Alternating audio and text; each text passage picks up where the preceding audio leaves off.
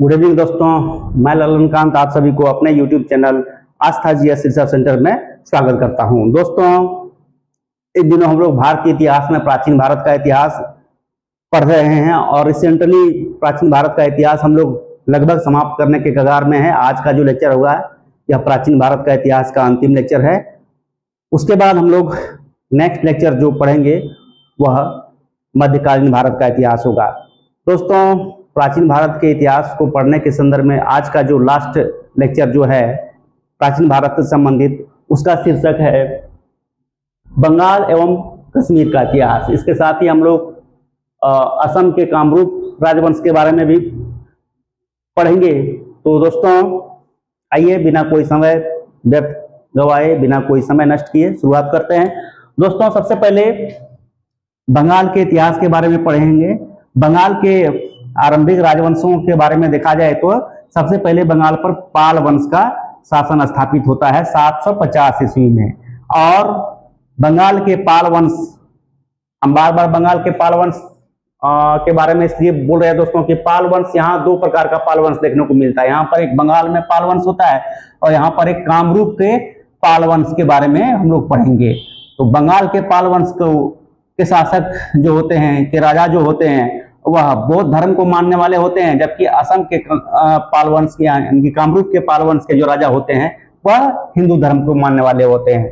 तो बंगाल के पाल वंश के संस्थापक गोपाल थे, जिन्होंने अपनी राजधानी मुंगेर को बनाया था। गोपाल ने उदंतपुरी विश्वविद्यालय की स्थापना किया था तथा इसके साथ ही कुछ और भी उपलब्धियां हैं, लेकिन इसका मुख्य फैक्ट के बारे में हम लोग पढ़ेंगे, मेन बिंदु के बारे में पढ़ेंगे। तो केवल इसके बारे में यही पढ़ेंगे कि पाल वंश के संस्थापक कौन थे। तो गोपाल थे। इन्होंने पाल वंश की स्थापना 750 ईस्वी में किया था तथा अपनी राजधानी मुंगेर को बनाया था। इसके साथ ही इन्होंने उदंतपुरी विश्व, बहुत इंपॉर्टेंट फैक्ट है दोस्तों, उदंतपुरी विश्वविद्यालय की स्थापना गोपाल द्वारा किया गया है। पाल वंश के सबसे प्रतापी राजा धर्मपाल थे। धर्मपाल ने विक्रमशिला विश्वविद्यालय की स्थापना किया था। विक्रमशिला विश्वविद्यालय यहाँ नालंदा, बिहार नालंदा में, नालंदा विश्वविद्यालय के बाद दूसरा सबसे बड़ा विश्वविद्यालय था तथा यहाँ पर बौद्ध धर्म की महायान शाखा से संबंधित ज्ञान विद्यार्थियों को दिया जाता था। सोमपुर, ये सोमपुर होगा दोस्तों, सोमपुर महाविहार के संस्थापक बौद्ध ये धर्मपाल को माना जाता है। सोमपुर महाविहार के संस्थापक धर्मपाल को माना जाता है। सोमपुर महाविहार जो है बौद्ध धर्म से संबंधित एक महाविहार है जो कि बिहार में ही है और इसके संस्थापक धर्मपाल थे। सोमपुर महाविहार के संस्थापक धर्मपाल को माना गया था। त्रिपक्षीय संघर्ष में भाग लेने वाले जो पाल वंशीय राजा थे वह धर्मपाल थे। यहाँ कन्नौज में देखा जाता है दोस्तों, 3 राजवंशों के बीच संघर्ष होता है। कौन कौन? पाल, प्रतिहार, गुज्जर प्रतिहार, पाल प्रतिहार और राष्ट्रकूट।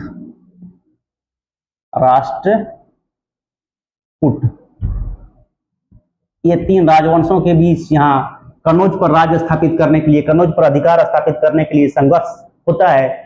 और इस संघर्ष में पाल वंश की ओर से भाग लेने वाले राजा धर्मपाल थे। तो पाल वंश की ओर से त्रिपक्षीय संघर्ष, कन्नौज में चल रहे त्रिपक्षीय संघर्ष में भाग लेने वाले पाल वंशीय राजा कौन थे? धर्मपाल थे। उसके बाद राजा देवपाल बनते हैं। इन्होंने नालंदा विश्वविद्यालय में एक बौद्ध विहार बनवाने के लिए जावा के शैलेंद्र वंशीय शासक को 5 गांव, यहाँ गांव होगा दोस्तों, मिट गया है, 5 गांव दान में दिया था। 5 गांव दान में दिया था। अंतिम शासक, पाल वंशीय अंतिम शासक अगर देखा जाए तो ये मदन पाल को पाल वंशीय अंतिम शासक माना गया है। तो पाल वंश के बारे में केवल इतना ही मेन बिंदु के बारे में पढ़ना है। फिर से एक बार हम रिकैप कर देंगे। उसके बाद बंगाल पर सेन वंश का शासन स्थापित होता है। सेन वंश के संस्थापक कौन थे? तो सामंत सेन थे। इन्होंने अपनी राजधानी कहाँ बनाया था? तो नदिया को बनाया था। इसे लखनौती भी कहा जाता है। सेन वंश के प्रमुख शासकों में अगर देखा जाए तो विजय सेन, भल्लाल सेन और लक्ष्मण सेन थे। सेन वंश के प्रथम स्वतंत्र शासक अगर देखा जाए तो वो विजय सेन थे, जो शैव धर्म को मानने वाले थे।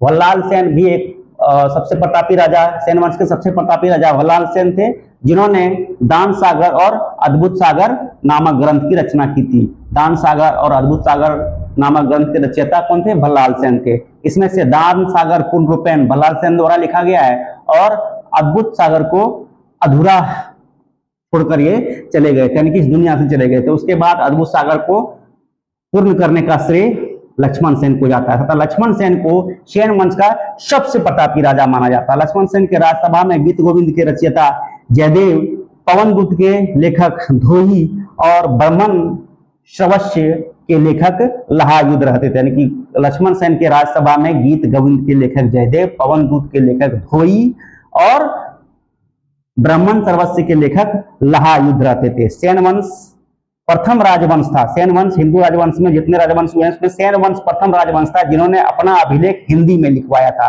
तो सर्वप्रथम हिंदी में अपना लेख लिखवाने वाला राजवंश कौन था? सेन वंश था। अंतिम हिंदू शासक सेन वंश के शासक लक्ष्मण सेन को ही माना जाता है। इतिहास में अंतिम हिंदू शासक, महानतम शासक, अंतिम हिंदू महानतम शासक कह सकते हैं, और ये विवादास्पद प्रश्न भी रहा है, लेकिन इतिहास में हम लोग पढ़ेंगे कि अंतिम हिंदू शासक सेन वंश के शासक लक्ष्मण सेन को माना गया। उसके बाद हम लोग कश्मीर के राजवंश के बारे में पढ़ेंगे। कश्मीर पर मुख्यतः 3 राजवंशों का शासक क्रमानुसार इस प्रकार है। सबसे पहले कारकोट राजवंश की स्थापना होती है, फिर उत्पल राजवंश और उसके बाद लोहार राजवंश का साम्राज्य कश्मीर में देखने को मिलता है। कारकोट वंश का संस्थापक दुर्लभ बर्मन थे, उत्पल राजवंश के संस्थापक जो थे अवंती बर्मन थे, और लोहार वंश का संस्थापक संग्राम राज थे। इसमें से कारकोट राजवंश के बारे में कुछ फैक्ट पढ़ेंगे और लोहार राजवंश के बारे में कुछ फैक्ट पढ़ेंगे। उत्पल राजवंश के बारे में केवल इतना पढ़ेंगे कि इसके संस्थापक अवंती बर्मन थे। उसके बाद इसमें कुछ खास फैक्ट नहीं है। तो आइए देखते हैं। 687 ईस्वी में दुर्लभ बर्मन ने कश्मीर में कारकोट वंश की स्थापना किया था, जो एक हिंदू वंश था। और दुर्लभ बर्मन के शासन काल में ही चीनी यात्री ह्वेनसांग, जो सबसे पहले हर्षवर्धन के दरबार में आए थे, वह कश्मीर का दौरा भी उन्होंने किया था। और उस समय कश्मीर का राजा कौन थे? दुर्लभ बर्मन थे। कारकोट वंश का सबसे प्रतापी राजा ललितादित्य मुक्तापिंड को माना जाता है, और इसकी एक महत्वपूर्ण उपलब्धि है, इन्होंने कश्मीर में मारतंड मंदिर का निर्माण करवाया था। कश्मीर में मारतंड मंदिर का निर्माण ललितादित्य मुक्तापिंड ने करवाया था। उसके बाद हम लोग केवल उत्पल वंश के बारे में पढ़ेंगे। तो उत्पल वंश के संस्थापक कौन थे? अवंती बर्मन, बस इतना ही। उसके बाद लोहार वंश के बारे में पढ़ेंगे। लोहार वंश के संस्थापक कौन थे? संग्राम राज। लोहार वंश के संस्थापक, कश्मीर के लोहार वंश के संस्थापक संग्राम राज। इसके सबसे प्रतापी राजा का नाम हर्ष होता है। हर्षवर्धन नहीं पढ़िएगा दोस्तों, हर्षवर्धन यहाँ पर हरियाणा के क्षेत्र में पुष्यभूति या वर्धन वंश के महानतम राजा हर्षवर्धन को कहा जाता है। कश्मीर के लोहार वंश के राजा हर्ष रहते हैं, और लोहार वंश का शासक हर्ष एक महान कवि और कई भाषाओं का ज्ञाता भी था। हर्ष के दरबार में राय तरंगिणी के रचयिता कलहन रहते थे। कलहन जो कि एक महत्वपूर्ण लेखक थे, और इनकी सबसे महत्वपूर्ण रचना राय तरंगिणी है, और राय तरंगिणी के लेखक जो कलहन थे वो हर्ष के दरबार में रहते थे। राय तरंगिणी में कश्मीर के इतिहास के साथ साथ लोहार वंश का इतिहास का वर्णन है। इसके अतिरिक्त मौर्य वंश, गुप्त वंश, जलवायु, पर्यावरण और नदियों का वर्णन राय तरंगिणी में देखने को मिलता है। जय सिंह को लोहार वंश का अंतिम शासक माना गया है, जिन्होंने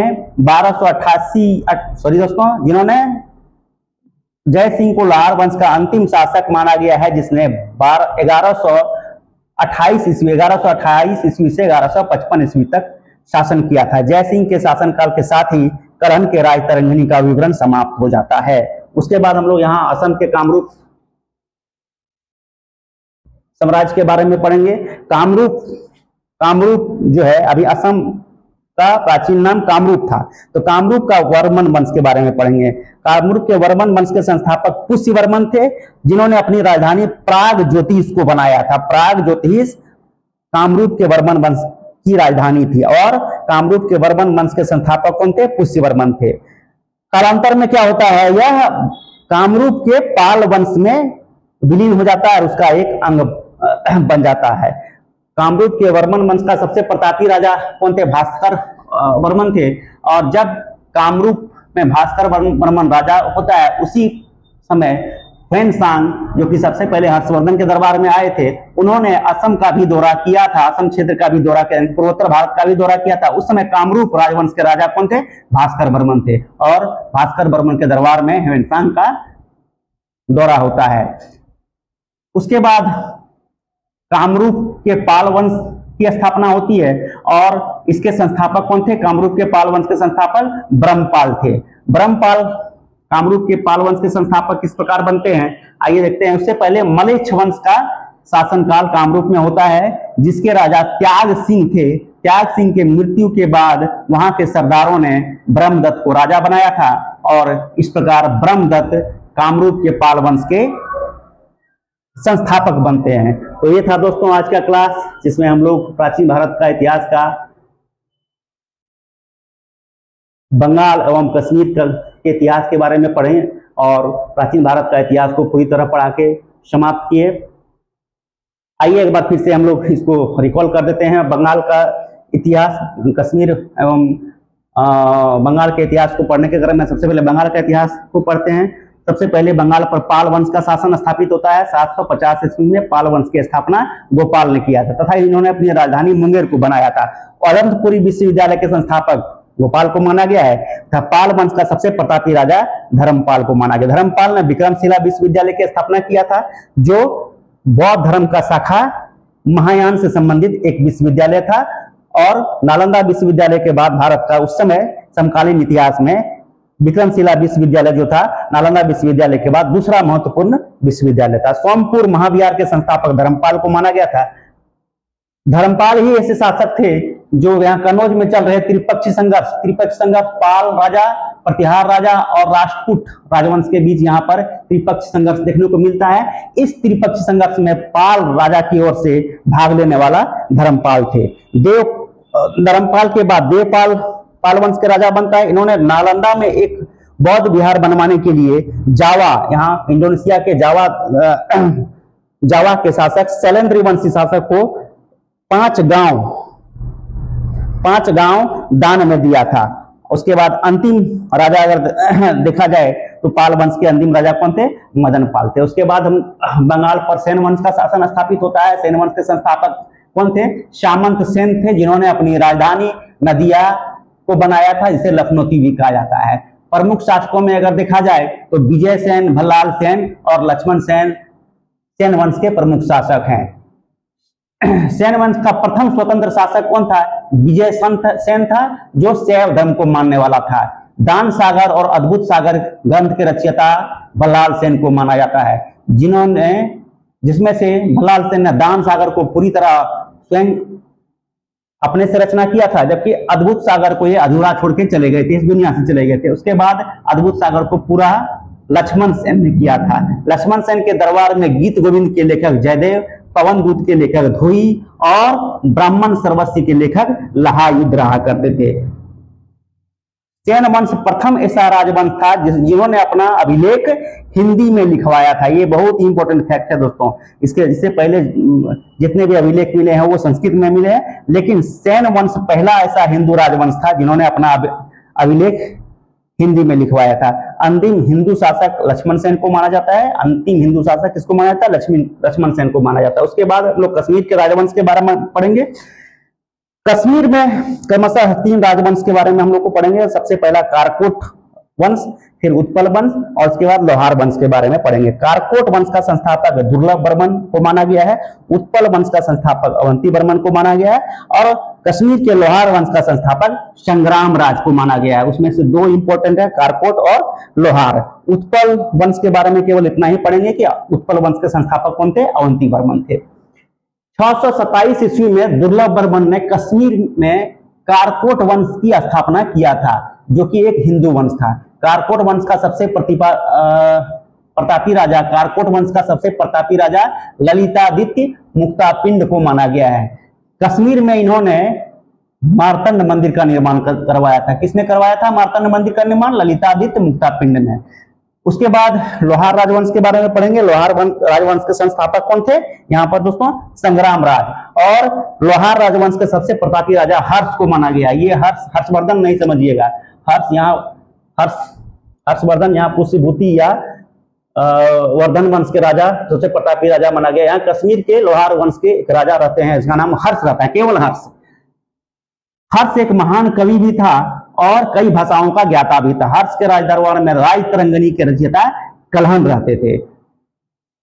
राज तरंगनी में कश्मीर के इतिहास के साथ साथ लोहार राजवंश का वर्णन है। इसके अतिरिक्त मौर्य वंश, गुप्त वंश, जलवायु, पर्यावरण और नदियों का भी वर्णन राज तरंगनी में देखने को मिलता है। जय सिंह लोहार वंश का अंतिम शासक माना गया है। जय सिंह को जय सिंह ने 1128 ईस्वी से 1155 ईस्वी तक शासन किया था। जय सिंह के शासनकाल के साथ ही राज तरंगनी का विवरण समाप्त हो जाता है। तो ये था दोस्तों, हम लोग पाल वंश और कश्मीर के राजवंश के बारे में पढ़े। उसके बाद कामरूप के राजवंश के बारे में पढ़ेंगे। कश्मीर के राजवंश के बाद हम लोग कामरूप के कुछ राजवंश के बारे में पढ़ेंगे।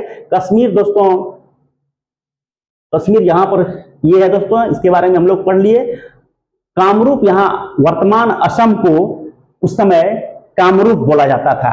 अभी तो हम लोग जिसको वसम के नाम से जानते हैं, वो प्राचीन इतिहास में उसका नाम कामरूप था। अब वहां के कुछ छोटे छोटे राजवंश हुए हैं, उसके बारे में देख लेते हैं। कामरूप में उस समय वर्मन वंश का शासन था, जिसके संस्थापक पुष्य वर्मन थे, जिन्होंने अपनी राजधानी प्राग ज्योतिष को बनाया था। कालांतर में कामरूप का जो ये वर्मन वंश है, ये पाल वंश का एक अंग बन जाता है। पाल वंश यहीं पर दोस्तों, कामरूप में भी एक पाल वंश होता है और असम का एक पाल वंश अलग होता है। दोस्तों, बंगाल के पाल वंश जो थे वो बौद्ध धर्म को मानने वाले थे, जबकि यहाँ कामरूप के पाल वंश हिंदू धर्म को मानने वाले थे। तब दोनों अलग थे। अगर ये कामरूप के वर्मन वंश के बारे में अगर कहा जाए तो इसके सबसे प्रतापी राजा जो थे वह भास्कर वर्मन थे। भास्कर वर्मन जिस समय राजा थे, उसी समय कश्मीर कहते हैं, ये कामरूप में ह्वेनसांग का दौरा होता है। ह्वेनसांग भास्कर वर्मन के राज दरबार में गए थे। तो किस कामरूप राजा के शासनकाल में ह्वेनसांग कामरूप आया था? तो भास्कर वर्मन के शासनकाल में। उसके बाद कामरूप पर पाल राजवंश का अस्तित्व आता है, जिसके संस्थापक ब्रह्मदेव थे। कामरूप के पाल वंश के संस्थापक कौन थे? ब्रह्मदेव थे। और पाल वंश की स्थापना के पहले वहां पर मलेच्छ वंश का शासन था, जिसके राजा त्याग सिंह हुआ करते थे। और त्याग सिंह की मृत्यु के बाद वहां के सरदारों ने ब्रह्मपाल को राजा बनाया था, और इस प्रकार ब्रह्मपाल पाल वंश के, कामरूप के पाल वंश के संस्थापक बनते हैं।